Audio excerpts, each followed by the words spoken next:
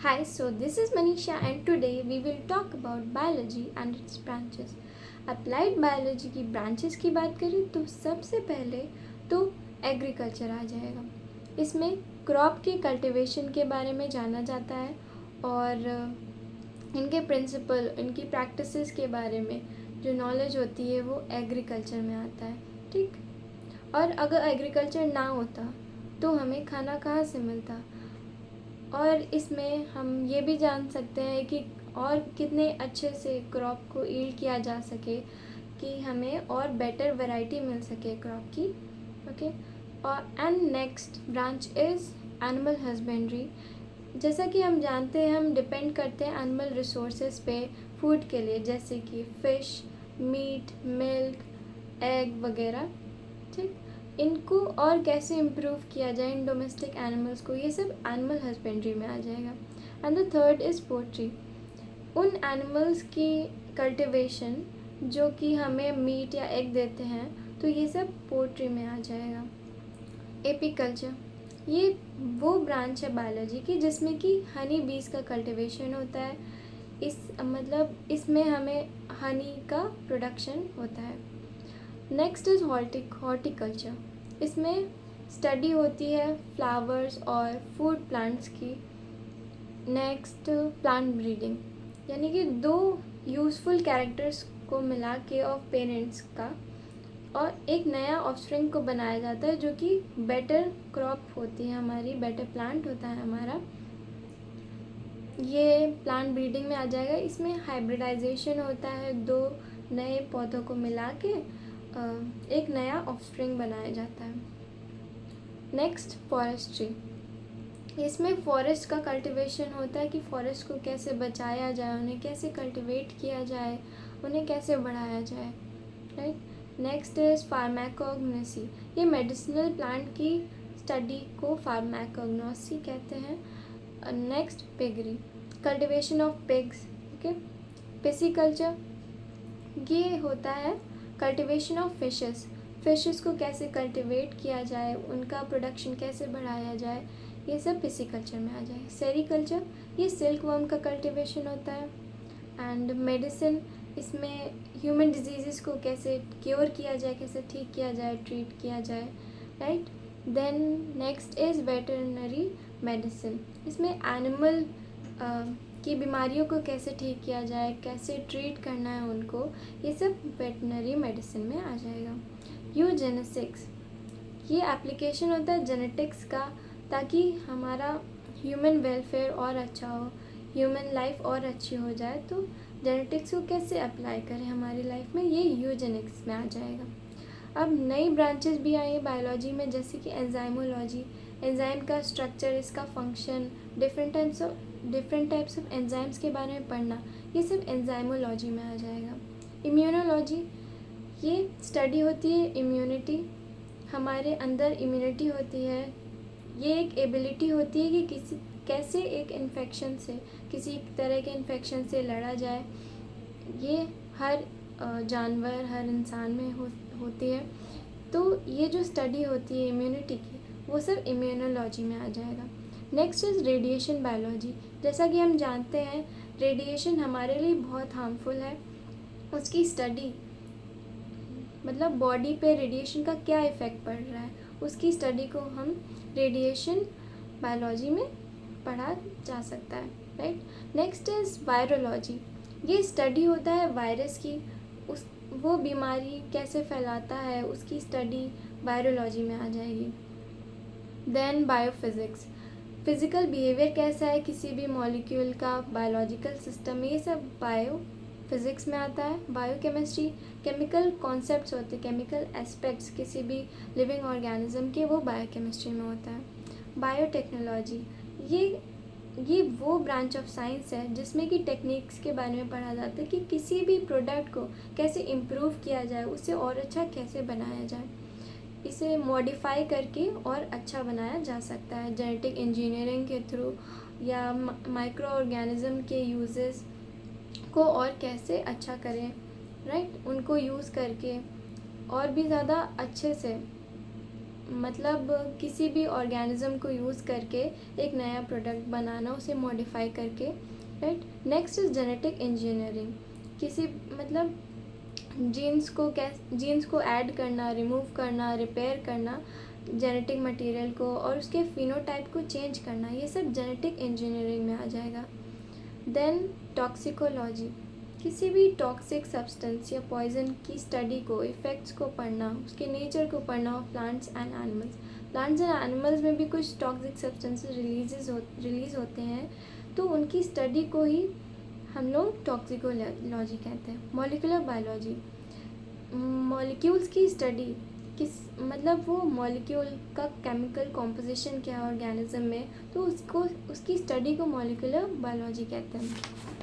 Next is exobiology, अर्थ के atmosphere के बाहर की स्टडी को, यानी कि जैसे किसी प्लैनेट की स्टडी, राइट, किसी बाहर के प्लैनेट में क्या हो रहा है, क्या होता है, उसकी स्टडी को एक्सोबायोलॉजी कहते हैं। एथोलॉजी क्या होती है? ये ब्रांच ऑफ बायोलॉजी होती है जो कि डील करती है एनिमल बिहेवियर, किसी एनिमल का बिहेवियर कैसा है, क्यों ऐसे रिस्पॉन्ड करते हैं, तो ये सब एथोलॉजी में आ जाएगा, ठीक, राइट। अब बात करते हैं बायोलॉजी। बायोलॉजी अगर आखिर होती क्या है, इसमें हम लोग ये समझते हैं और अप्रिशिएट करते हैं नेचर और नेचर के लॉस को। ये एक सर्वे होता है एनिमल और प्लांट किंगडम का। ये हेल्प करता है ह्यूमन बींग्स को समझने में, उनकी पब्लिक हेल्थ को समझने में, और सैनिटेशन को समझने में, एबनॉर्मैलिटी, नॉर्मैलिटी, किसी भी ह्यूमन की, एनिमल की, ह्यूमन बिहेवियर कैसा, ये सब हेल्प करता है बायोलॉजी को जानने में और उसके डीप कंसेप्ट्स को जानने में। बायोलॉजी जो होती है ये भी समझाती है कि हमें नेचुरल रिसोर्सेज को किसी भी कंट्री के कैसे बचाना है, उसे कैसे प्रिजर्व करना है, जैसे कि वाइल्ड एनिमल या वाइल्ड प्लांट को कैसे बचाना है, ये सब बायोलॉजी के अंदर आता है। बहुत सारे स्कोप होते हैं बायोलॉजी में, जो कि बहुत सारे फील्ड होते हैं प्रोफेशन के, जैसे कि मेडिसिन, डेंटिस्ट्री हो गया, फिजियोथेरेपी हो गया, फार्माकोलॉजिस्ट हो गया, टॉक्सिकोलॉजिस्ट हो गया, pathology, agriculture, floriculture, fishery, microbiology, biotechnology, environmental science, bio informatics, paramedicals, horticulture, forestry, poultry और बायोकेमिस्ट्री, एंजाइमोलॉजी, एक्सोबायोलॉजी और भी बहुत सारे। इसमें बहुत सारे स्कोप्स होते हैं, right. Next is importance of study of biology. Biology को पढ़ने का इम्पोर्टेंस क्या है, मतलब इसे पढ़ना क्यों चाहिए हमें, ये बायोलॉजी आखिर है क्या। बायोलॉजी साइंस होती है लिविंग थिंग्स की, लिविंग थिंग्स को पढ़ना, उन्हें समझना, वो कैसे वर्क करते हैं, ठीक है। स्टडी ऑफ बायोलॉजी और उसके ब्रांचेस की बहुत सारे बेनिफिट्स होते हैं। हमारे हर कदम, हमारे जीवन के हर कदम पे बायोलॉजी बहुत ज़रूरी होती है, उन्हें जानना और उसे समझना, उसके कुछ इम्पोर्टेंस के बारे में जाने, कुछ एरियाज़ के बारे में, जैसे कि एग्रीकल्चर में बहुत हेल्प करता है। जैसे कि कुछ साइंटिस्ट ने क्या किया, डिजीज़ रेजिस्टेंट प्लांट वैरायटीज़ बनाई, जिससे हमें ऐसे पौधे मिले जिनमें बीमारियां नहीं होती, यानी कि ख़राब नहीं होते हैं पौधे, तो बेटर ईल्ड मिली हमें क्रॉप की। और प्लांट इन्फेक्शन से बचाना, उन्हें प्रोटेक्ट करना, ये सब पैथोलॉजी के अंडर आता है। इससे हमें बायोलॉजी में हम बायो फर्टिलाइजर्स के बारे में जान सके हैं, plant tissue culture, genetic engineering के बारे में, इन्फेक्शंस के बारे में, इकोलॉजी के बारे में जान सकें। इन ब्रांचेस को जानना, एग्रीकल्चर और हॉर्टिकल्चर, ये सब इसके बायोलॉजी के अंडर ही आता है, ठीक। इससे हम लोग इन ब्रांचेस के बारे में भी जान सके हैं। Next is food and clothes. Biology ने हमें फूड एंड क्लोथ्स में भी बहुत हेल्प करी है, राइट। कैसे? जैसे हम लोग कल्टीवेशन करते हैं सिल्क वर्म का, सिल्क वर्म क्लॉथ्स बनाने में हेल्प करता है, राइट।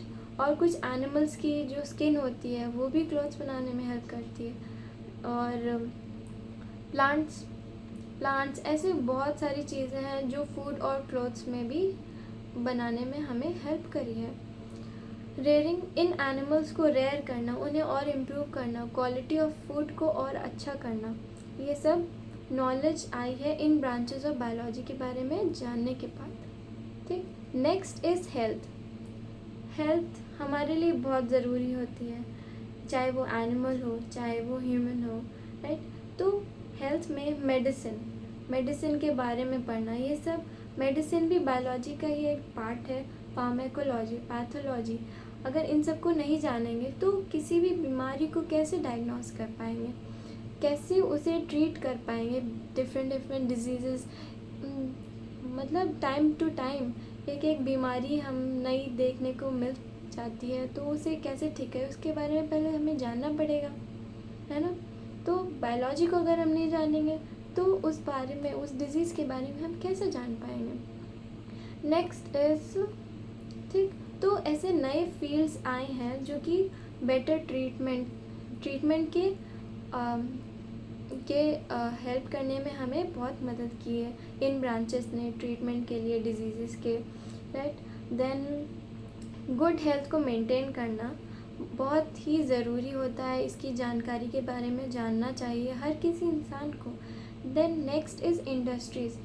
बायोलॉजी ने इंडस्ट्रीज़ में भी बहुत हेल्प करी है। मेरी इंडस्ट्रीज़ जो होती है वो प्लांट पे बेस्ड होती हैं और एनिमल्स पे भी, जैसे सेल, लेदर, टिम्बर, पेपर और मेडिसिन इंडस्ट्रीज़।